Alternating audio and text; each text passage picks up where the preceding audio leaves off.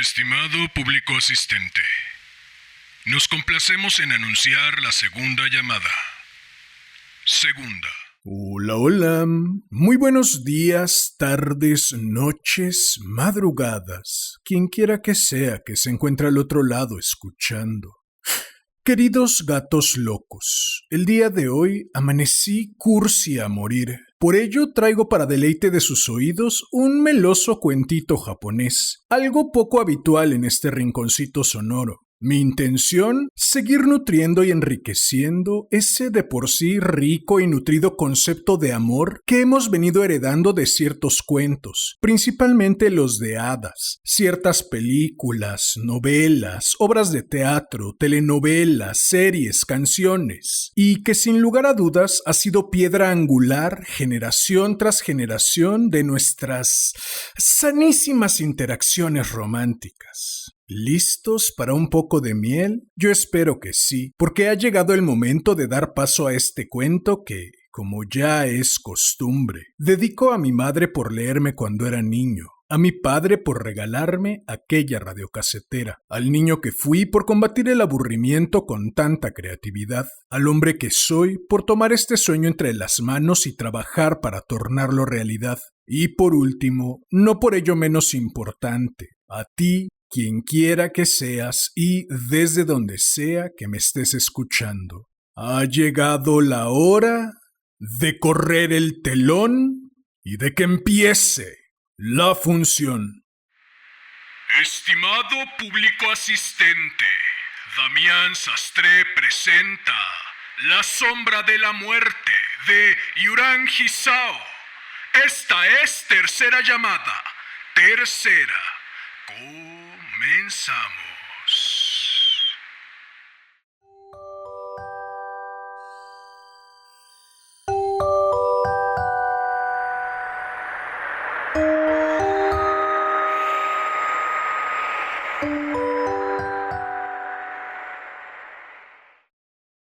Capítulo 1. Estaba agachada de espaldas dando vueltas a algo. Quería saber qué estaba haciendo, así que me acerqué a curiosear. Cuando lo hice, descubrí que estaba empujando con un palo una serpiente yamakagashi de unos 90 centímetros. La saludé formalmente ya que era la primera vez que la veía. Ella se giró para mirarme. Luego, para que no se le escapara la culebra, la pisó con su chancla de paja y se puso de pie. ¿Cómo estás?, me preguntó con brusquedad, mirándome de arriba abajo. Su rostro era tan hermoso que daba miedo. Parecía la mujer de un retrato, de piel perfecta y tan clara como el colmillo de un elefante. Era difícil creer que debajo de esa piel corriera la sangre. Sin embargo, la suya no era una belleza fría, sino inorgánica. Justo cuando parecía haberse quedado muda, me dijo: «Pisa esta serpiente hasta que yo regrese. No la dejes escapar, ¿eh?» Acto seguido, salió corriendo hacia el edificio principal. Pisé la cabeza de la serpiente tal como me había pedido. El animal sufría, se retorcía y agarró con la cola el dobladillo de mis pantalones. No me importó. El sol caía a plomo sobre mi cabeza y yo estaba en el centro de un amplio jardín esperando a una mujer que no daba indicios de volver. Entonces se hizo evidente que no lo iba a hacer. Había comenzado a tocar el piano. De la ventana del primer piso llegaban las tenues notas. Yo era un estudiante honrado que tenía que trabajar para pagarme los estudios. Estaba allí para enseñar estética e historia, no para pisarle la cabeza a una serpiente. Sabía que debía marcharme, pero algo me lo impedía. Me quedé allí, cumpliendo su orden, hasta la tarde. Capítulo 2. Dormía en un amplio dormitorio de estilo occidental. Era inmenso y sus techos eran altísimos. Si no me equivocaba, aquel sitio había sido en el pasado un salón de baile. El suelo era un cuadriculado rompecabezas de madera y del techo colgaban unas lámparas de araña muy ostentosas. Aquel sitio era tan grande como el comedor de un hotel, y yo estaba tumbado en una cama en el centro de aquel lugar tan inmenso. Me sentía como si flotara en mitad de un extenso mar. Parecía que mi cuerpo se hubiera reducido a la mitad. Cuando se hacía de noche, no podía evitar pensar que la oscuridad lo cubría todo, como una alfombra, rodeándome hasta no dejarme respirar. Me daba tanto miedo que no podía conciliar el sueño. Fuji era la dueña de aquella mansión donde vivía sola acompañada de un puñado de sirvientes. Se trataba de un viejo edificio occidental de la era Meiji. Dentro de la casa todo olía a moho. El mobiliario era de la época del salón Rokumei y parecía no haber sido restaurado nunca. Estaba hecho un desastre, tanto que ya era imposible arreglarlo. Sin embargo, al prestar atención, se veía que la tapicería de las sillas era brocada y que en la repisa de la chimenea se había utilizado mármol italiano. Cualquiera podía imaginar la vida ostentosa de la que habían disfrutado sus antiguos ocupantes. Según me contaron, el dueño anterior había sido embajador de Escandinavia. Se pasaba el día sentado en su butaca, bebiendo en grandes cantidades y escribiendo poesía china. No tenía una gran sensibilidad poética, simplemente usaba el alcohol y los poemas para aliviar algo que atormentaba su corazón y que ni él mismo sabía qué era. Sufría una perturbación nerviosa provocada por una sífilis avanzada, pero nadie lo supo hasta después de su muerte. Fuji nació un año después de que su padre dejara la diplomacia y regresara a Japón. Tenía pensado hacer de Fuji una mujer valiente, así que le inculcó unas ideas peculiares. Un día ordenó a su hija que golpeara con fuerza al jardinero. Nadie sabe qué le pasó por la cabeza, pero cuando la chica se acercó a su padre y éste le entregó el látigo, la emprendió a latigazos con él. El hombre no se esperaba ese movimiento y cayó de la silla. Se desplomó sobre el césped, protegiéndose la cara, y tardó un buen rato en levantarse. No se encontraba mal. Lo cierto era que, mientras estaba en la hierba, lloraba con lágrimas de felicidad. Capítulo 3. Todos los días, a las 10, atravesaba lentamente el largo pasillo camino del invernadero. Mi trabajo consistía en sentarme sin hacer nada hasta las 11:30 en un sillón de ratán a la sombra de una palmera. Y allí me quedaba, contemplando el techo hasta que llegaba la hora, y entonces volvía a paso veloz a mi cuarto. Con eso terminaba mi trabajo diario. Repetía aquello todos los días. ¿Por qué lo hacía? No tenía ningún motivo. Allí era donde debía dar clases de historia del arte, pero Fuji nunca se presentaba, así que me quedaba en el sillón de ratán, pasando el rato, como un tonto. Cuando terminaba de almorzar, buscaba a Fuji para pedirle permiso para salir. Ese sí que era un arduo trabajo. Ocasionalmente practicaba con el pincel copiando las obras maestras de la caligrafía o leía algún libro, pero la mayor parte de las veces se escondía en los lugares menos ordinarios y se quedaba allí sola, pensando en sus cosas. Yo subía al primer piso y desde ahí bajaba las escaleras comprobando una infinidad de habitaciones. Después de buscarla por todas partes, la encontraba en el sótano junto a la caldera o detrás de una estantería de la biblioteca. Con el tiempo descubrí un modo de hallarla, mirar el suelo de la ventana más cercana. Bajo las ventanas solía haber moscas con las alas arrancadas o arañas a las que les habían quitado las patas. Si los insectos seguían retorciéndose y agitando las patas, eso significaba que hacía poco que había estado en ese cuarto, examinando la agonía de sus presas. Capítulo 4. Una tarde, 5 días después de mi llegada a aquel lugar, estaba en la cancha de tenis cuando Fuji se me acercó brincando. Era la segunda vez que la veía. La primera había sido el incidente con la serpiente. Así que hice una reverencia apresurada. Ella me miró como si no me conociera.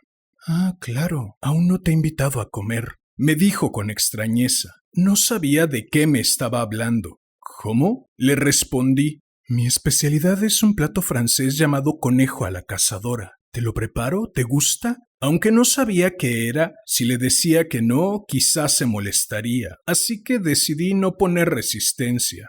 «Conejo, es mi plato favorito», le dije con cara de tener unas ganas irresistibles de probarlo. Fuji se mostró satisfecha. «Entonces te lo prepararé ahora mismo. Ayúdame», me dijo, y se marchó corriendo hacia la parte trasera del invernadero. Como yo no sabía dónde estaba la conejera, estuve deambulando por todas partes. Al final conseguí dar con ella, pero como había pasado de un lugar luminoso a uno oscuro, cuando entré no podía ver nada. Noté una presencia cercana. «Levántalos, por favor, sujétalos por las orejas». Escuché decir a Fuji, extendí los brazos hacia adelante como si estuviera ciego, y ella me hizo agarrar unas cosas peludas y calientes. Las levanté hasta el nivel de mis ojos antes de darme cuenta de que eran las cabezas de unos conejos que habían sido sacrificados hacía poco. Los ojos de los animales degollados y cubiertos de sangre estaban abiertos y parecían mirarme con un tremendo rencor. No pude evitar gritar y a punto estuve de lanzarlos lejos. Fuji me regañó, molesta. ¡Qué tonto! Si no dejas de moverlos así, desperdiciaremos toda la sangre.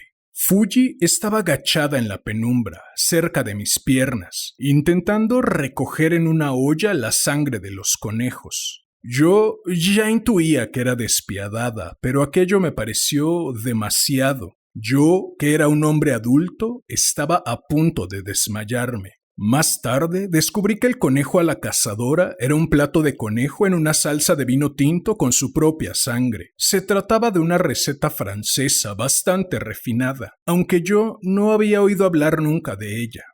Capítulo 5.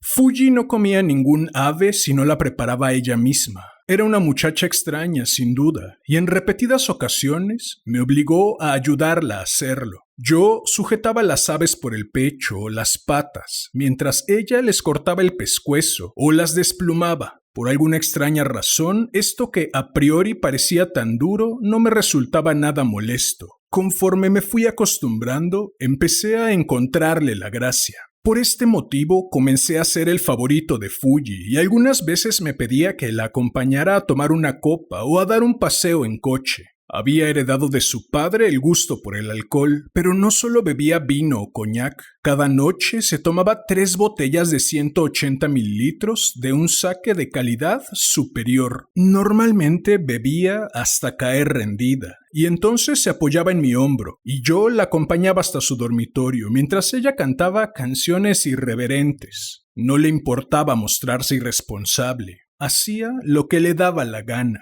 Ella misma conducía su hispano-suiza, pero si de repente ya no le apetecía, lo dejaba donde fuera y volvía a pie. Una vez fue hasta Atami para comprar todos los claveles de un invernadero. A los ojos de cualquier persona normal era una chiflada, pero en el mundo de los grandes daimios, aquella era una vida común y corriente.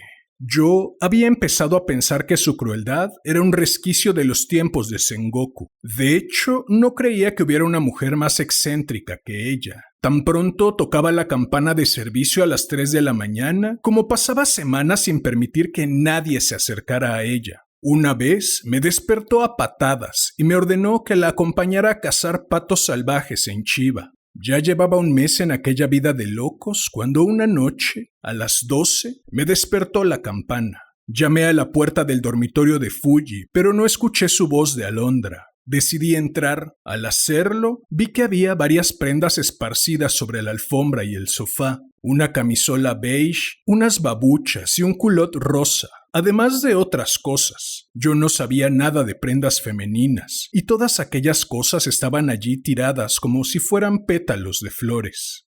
Fuji estaba profundamente dormida en su cama, aunque la lámpara de araña estaba encendida. Su cuerpo estaba extendido sobre la colcha. Me quedé perplejo y no me atreví a hacer nada, salvo apagar la luz y marcharme en silencio de allí. Capítulo 6. A la mañana siguiente, una anciana sirvienta llamada Tomoe entró en mi habitación. Fuji desea que vaya de inmediato al invernadero. A partir de hoy estudiará, me dijo y se retiró. Desde el día del conejo a la cazadora había abandonado mi pretensión de dar clases y me pasaba todo el tiempo siguiendo las ocurrencias de Fuji. No entendía por qué quería estudiar ahora. Me hice con mi copia del Partenón de Lhotse y salí volando del cuarto. Cuando entré en el invernadero, me sorprendió descubrir que Fuji ya estaba allí, sentada con gran formalidad. La saludé con un ligero asentimiento y me senté frente a ella. Fuji me miraba fijamente, tan afilada como la hoja de una espada. ¿Qué crees que estás haciendo aquí?, me preguntó con tono cortante. Yo me quedé desconcertado, pues no comprendía su duda. ¿Es que no me has oído?, insistió petulante y con el ceño fruncido. Te lo preguntaré de nuevo. ¿Cuál es nuestra relación? ¿Eres mi amigo? ¿Mi amante? Aunque teníamos confianza y siempre estábamos diciendo payasadas y jugándonos bromas pesadas, aquello resultaba intimidante. Creo que soy tu amigo, Fuji, le dije con una gran sonrisa. Ella seguía mirándome fijamente. No, replicó. Algo se agitó en mi pecho. Entonces, eres mi profesor particular, contestó Fuji con una voz tan fría que parecía cubierta de escarcha. Bajé la mirada, avergonzado, mientras ella seguía atacándome con sus palabras. Venga o no, tu deber es esperarme aquí desde las 10 hasta las 11:30, me dijo. Estaba anonadado. Como no parecía interesarte, creí que... Le dije con un tono similar al zumbido de un mosquito. Fuji no me escuchó. ¿Por qué no cumples tu palabra? Me gusta que las personas sean responsables, aunque resulten aburridas. Para mí es muy importante tener sentido del deber.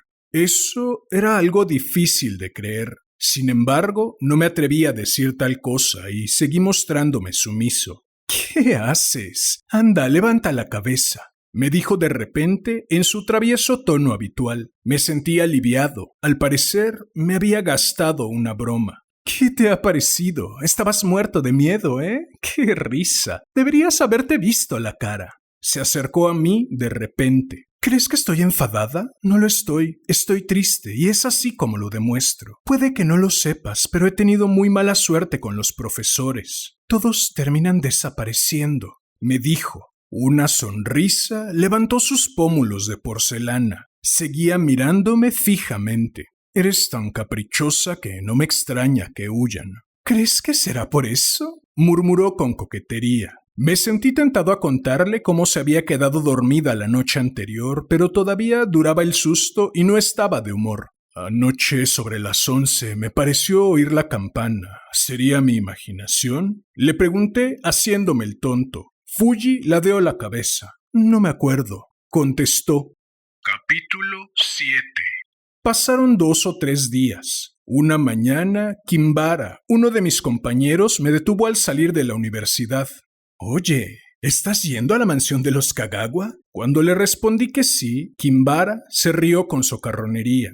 Ten cuidado y no te dejes querer, no sea que termines muerto. Aquello me pareció muy extraño, pero pensé que estaría celoso y no le hice caso. Oye, en serio, me dijo sacando la lengua. En esa casa pasa algo misterioso. Ten cuidado. ¿A qué te refieres con misterioso? Le pregunté cuando colmó mi paciencia. Kimbara abrió los ojos con sorpresa. ¿Qué? ¿De verdad no lo sabes? Bueno, pensándolo bien, no creo que en la oficina de empleo te lo hayan contado. Sentía curiosidad, así que lo llevé a El Tiger, una cafetería en Sankome. Allí me contó que los 2 profesores particulares que Fuji había tenido hasta entonces habían fallecido.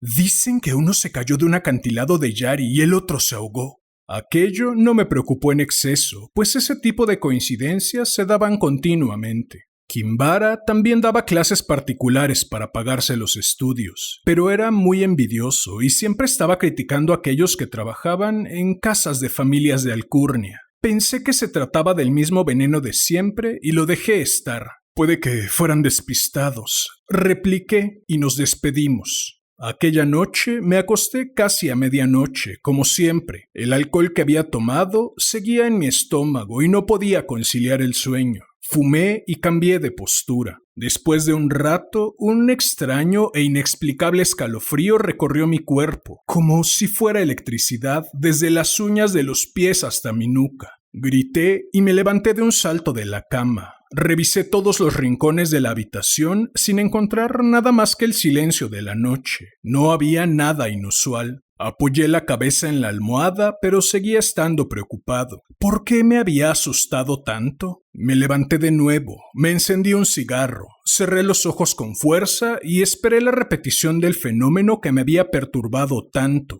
Varias sombras pasaron bajo mis párpados. Al cabo de un rato, como cuando se proyecta algo en una sala de cine a oscuras, aparecieron ante mí unas imágenes que no esperaba. Fue aquel día en el invernadero. Todos terminan desapareciendo. Fuji me miraba fijamente, casi sin parpadear, como una máscara de marfil de sonrisa misteriosa. Me quedé sentado en la cama, con los brazos cruzados. Un rato después llegué a una conclusión. Puede que a mí también vaya a matarme. Susurré. Capítulo 8.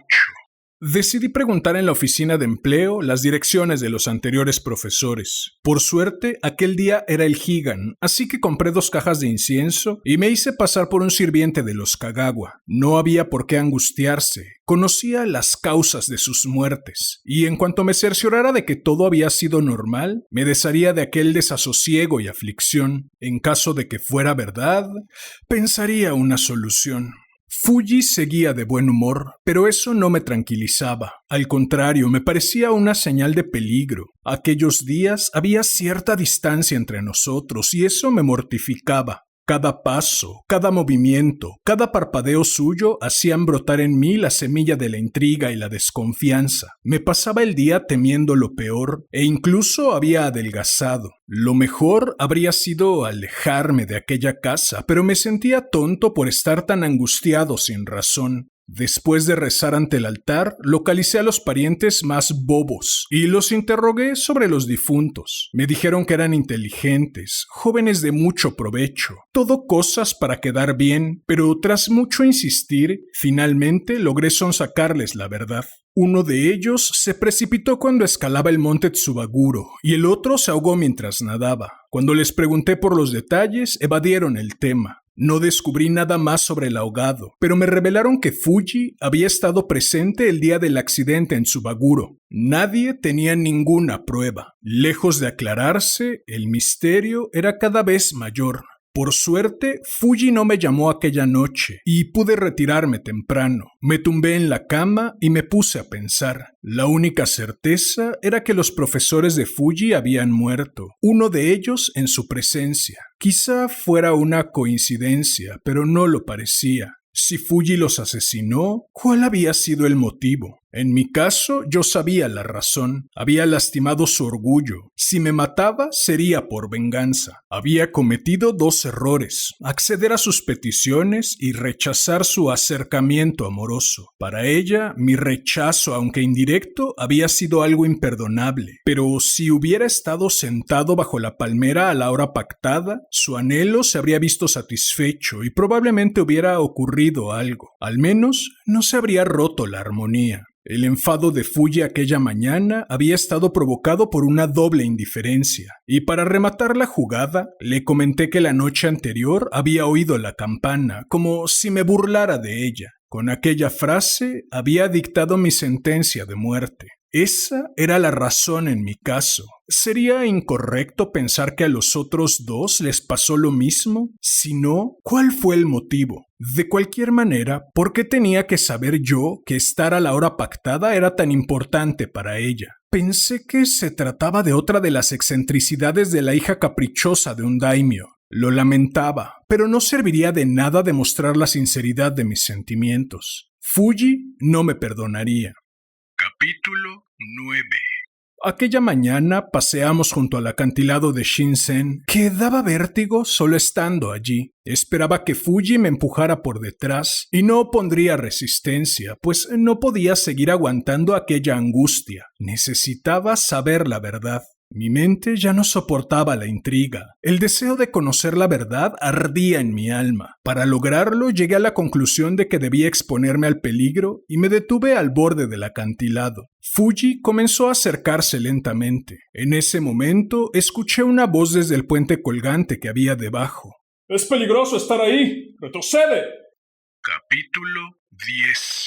La siguiente prueba fue más peligrosa que la del acantilado. Le sugerí a Fuji que fuéramos a practicar con la pistola. Yo me ocuparía de colocar las dianas. Aunque me había puesto un chaleco antibalas debajo de la ropa, siempre podía dispararme de cerca o a la cabeza. A pesar de ser totalmente consciente de la situación, no aparté la mirada en ningún momento. Me estaba convirtiendo en un adicto al peligro. Si Fuji quisiera matarme, no tendría mejor oportunidad. Había al menos 3 personas que podrían dar fe del accidente, pues todos me habían visto caminando entre las dianas. Finalmente, Fuji no me disparó. Hasta que no me alejaba de las dianas, no levantaba el cañón.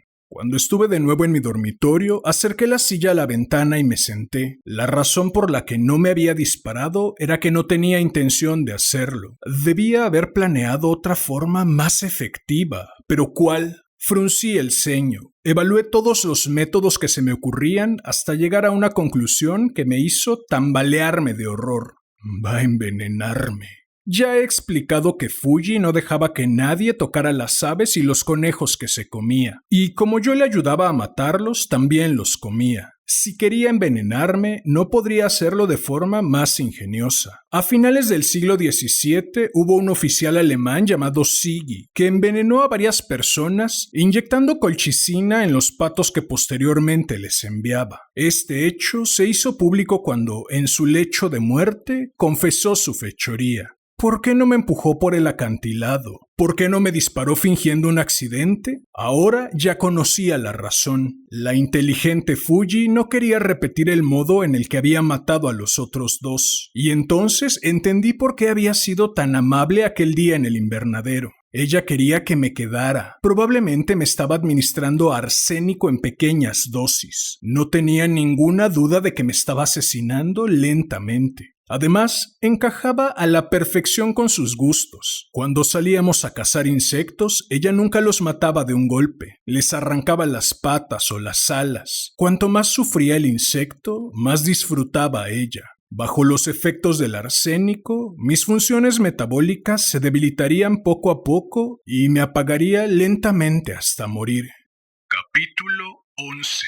Como quería descubrir cuanto antes si mi hígado y mis riñones ya se habían visto afectados, me fui corriendo a la clínica Shimizu. Había pasado un mes desde aquel día en el invernadero. Si había empezado a envenenarme al día siguiente, mis órganos ya habrían sufrido cambios. Pero después de un examen exhaustivo no encontraron nada raro ni en la mucosidad de las paredes de mi estómago ni en la sangre, y mucho menos en mis riñones o en mi hígado. Eso significaba que no había ingerido ningún veneno. No me lo esperaba, pero aunque me alegré mucho, no podía confiarme. Podía empezar a envenenarme cualquier día. Podía ser hoy o mañana o pasado. Empecé a acudir a la clínica a diario y cada día el doctor que me examinaba decía: «Estás totalmente sano». No había nada en este mundo que me molestara más que el tono pedante de aquel médico al decirlo. «Estás totalmente sano». Cada día esperaba encontrar algo nuevo. Todas las mañanas acudía corriendo a la clínica y así pasaron 8 días. ¿Por qué no había empezado Fuji a envenenarme? ¿Por qué estaba tardando tanto? Era insufrible. Me sentía irritado e impotente, con ganas de destrozarlo todo a mi alrededor. Capítulo 12. Una tarde estaba sentado en la esquina de una fuente. A mis pies había unas cuantas flores propias de esa época del año. Sobre mi cabeza pasaban las nubes blancas. Iba allí todos los días para despejarme la cabeza. Necesitaba calmarme y no perder los nervios en esos momentos. Mientras una suave brisa soplaba sobre mi cabeza, me puse a pensar en Fuji. Llevaba 5 días sin pasar tiempo con ella. Solo me llamaba cuando había que matar a algún conejo. ¿Por qué me hacía sufrir de esta manera? No la entendía. A veces jugábamos a las mantis religiosas. Nos deteníamos sobre la alfombra turca del despacho, uno frente al otro, y ella, que era la hembra, me agarraba los hombros con sus largas patas. Yo intentaba huir y ella me perseguía. Me escondía detrás del sofá y ella me arrinconaba. Entonces me sujetaba y comenzaba a devorarme a mordiscos. En un santiamén desaparecía en mis patas delanteras e intentaba huir con las traseras, pero ella me atrapaba y seguía devorándome hasta que mi cuerpo desaparecía poco a poco. Mientras se comía mis brazos, gritábamos de júbilo, alborozados, y me estremecía cada vez que mordía mi torso. Para mí era un momento de alegría inenarrable, pero Fuji llevaba 5 días sin darme esa felicidad. Medité en ello mientras acariciaba los pétalos de las anémonas, pero de pronto sentí un escalofrío y un mal pensamiento brotó en el fondo de mi pecho. La mantis hembra no se comía al macho por venganza, sino como una muestra de amor. Fuji había asesinado a aquellos hombres porque los amaba. Yo seguía vivo. No tenía la menor intención de matarme, pues no me amaba tanto como a ellos. Por fin lo había comprendido. Se había comido a los otros dos, pero en mi caso solo fingía hacerlo. Apoyé la frente en el borde de la fuente y me eché a llorar. Capítulo 13. Para mí, el asesinato se había convertido en una muestra de amor. No quería morir, pero si ese era el modo en que Fuji amaba, no me importaba perder la vida. Y como un niño pidiendo un dulce a gritos, yo me presentaba cada día ante ella pidiendo que me matase. Una tarde, Fuji estaba sentada en el suelo de su cuarto, con las piernas cruzadas, pelando a su gato con una máquina. Su intención era dejarlo completamente rasurado. Yo me senté a su lado y empecé a tirarle de la manga. Oye, Fuji, corazón mío, ¿no podrías poner fin a mi existencia? Creo que me sentiría halagado si lo hicieras tú. Fuji sopló un pelo de gato que estaba a punto de aspirar por la nariz. Ya empiezas otra vez. ¿Por qué quieres morir? En serio, eres muy raro. No estoy bromeando, no quiero que finjas que me devoras. Quiero que lo hagas de verdad. ¡Qué pereza! Aquella necesidad de amor, aquella ansiedad por no tenerlo era insoportable. ¿De verdad te da pereza? Imagina que soy un conejo o un faisán. Con el cuello del gato en la mano izquierda, me miró con una sonrisa tan brillante como el sol de un día despejado. ¿Ya que estás tan pesado, quieres que te estrangule? Me puse loco de contento. No me importaría, pero no de broma. Hazlo de verdad. Fuji apartó al gato y se acercó a mí, pero entonces cambió de idea. Olvídalo. Eso es muy aburrido. ¿Por qué no subes al ático y me traes un dibujo de Utamaro? Estoy segura de que lo guardé dentro de un baúl. La llave la tiene Otome. Me fui allí a regañadientes. Bajé a por la llave y luego subí al ático. Encontré de inmediato lo que me había pedido. Lo agarré y me dispuse a salir. Pero entonces vi algo que me hizo detenerme. Colgaba de una gruesa viga de metal que estaba colocada perpendicularmente. Era una cuerda. Esto es... Como si hubiera escuchado una voz del cielo. Al ver esa cuerda, lo comprendí todo. Fuji no quería usar sus propias manos. Su intención había sido manipularme lentamente, paso a paso, hasta que yo cayera en su trampa. Cuando lo vi, me di cuenta de que mis dos antecesores no habían muerto ni en la montaña ni en el mar, sino debajo de aquella viga. Ella los había presionado hasta que se quitaron la vida. Y en ese momento era yo quien estaba de pie ante la viga. ¿Se detuvieron allí también ellos? Los tres teníamos en común una cadena llamada Fuji y una cuerda. Por fin me había declarado su amor. Me acerqué a la cuerda y me la puse alrededor del cuello. Parecía fuerte y flexible. Ahora no tengo ninguna excusa para no morir, susurré.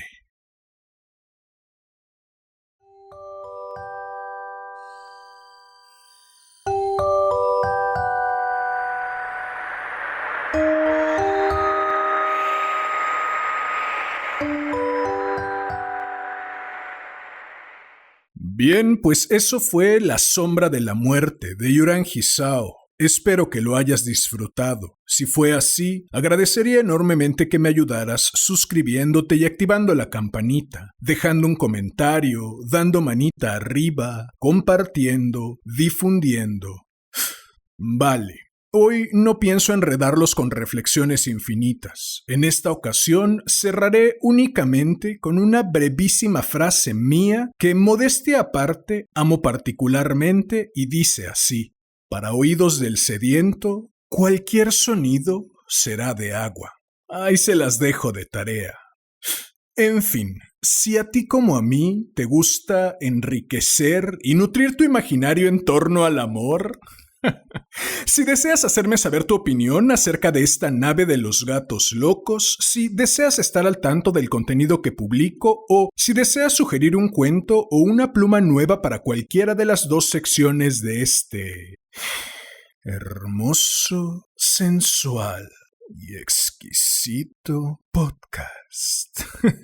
Puedes buscarme en Facebook como Damián Sastre, mi perfil personal, en YouTube como Damián Sastre Presenta, Casi Diario de un Loco y Damián Sastre Presenta, Déjame leerte un cuento, en mi Instagram, @Casi Diario de un Loco. Ahora también en TikTok como Damián Sastre Presenta, y en la página homónima de Facebook, en donde iré congregando todo lo concerniente a esta nave de los gatos locos y sus múltiples aventuras, las ya emprendidas y las que se están por emprender. Si llegaste hasta aquí, como ya es costumbre, agradezco inconmensurablemente tu valiosísimo tiempo. Recibe un enorme abrazo. Ten una excelente vida y hasta la próxima.